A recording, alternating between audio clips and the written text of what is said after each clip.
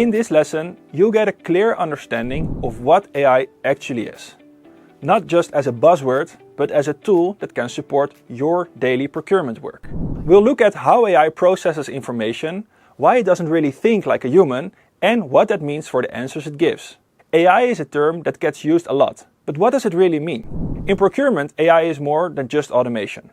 It can process huge amounts of data, analyze supplier risks, predict market trends, and even help in negotiations. But to use it effectively, you need to understand how it works. AI, or artificial intelligence, refers to systems that can perform tasks that typically require human intelligence. This includes recognizing patterns, making predictions, and even generating text. You may have already used AI without realizing it.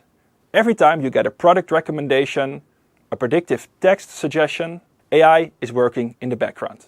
If you're using Netflix, HBO, Spotify, or any other similar service, you're using it already.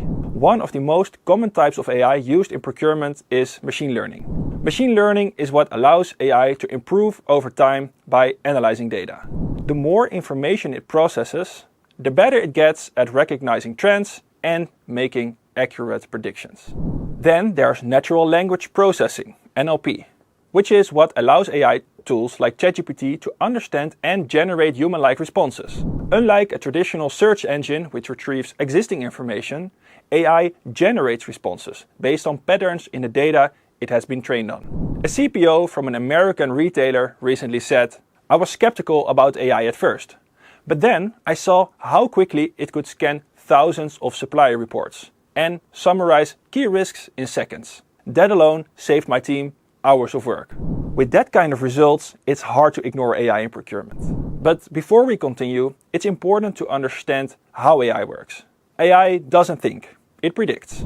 An AI model consumed millions of books, articles, and it recognizes patterns. So whenever it sees the sentence, "how are," it noticed that pretty frequently the word "you" will follow. Now this is a simple scenario, but after analyzing so many examples, AI models get pretty good at making predictions. Let me explain this with an example.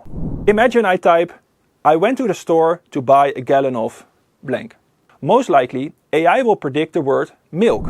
In fact, I looked up the numbers, and the word milk will show up in 50% of the cases. Here's what GPT-4 would say is the next most likely word to appear.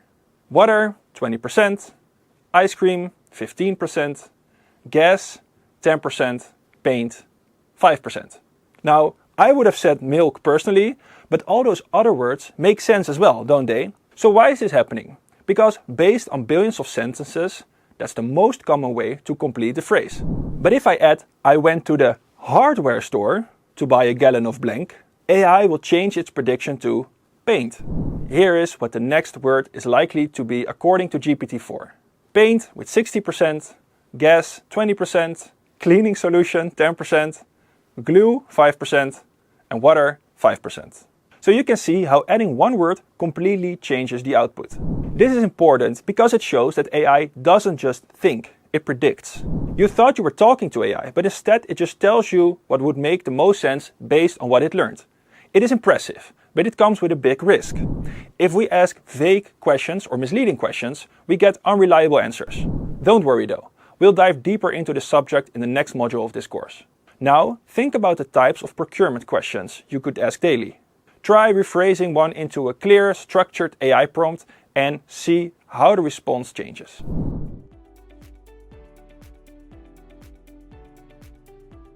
So, what should you take away from this lesson? First, AI isn't magic. It's pattern prediction.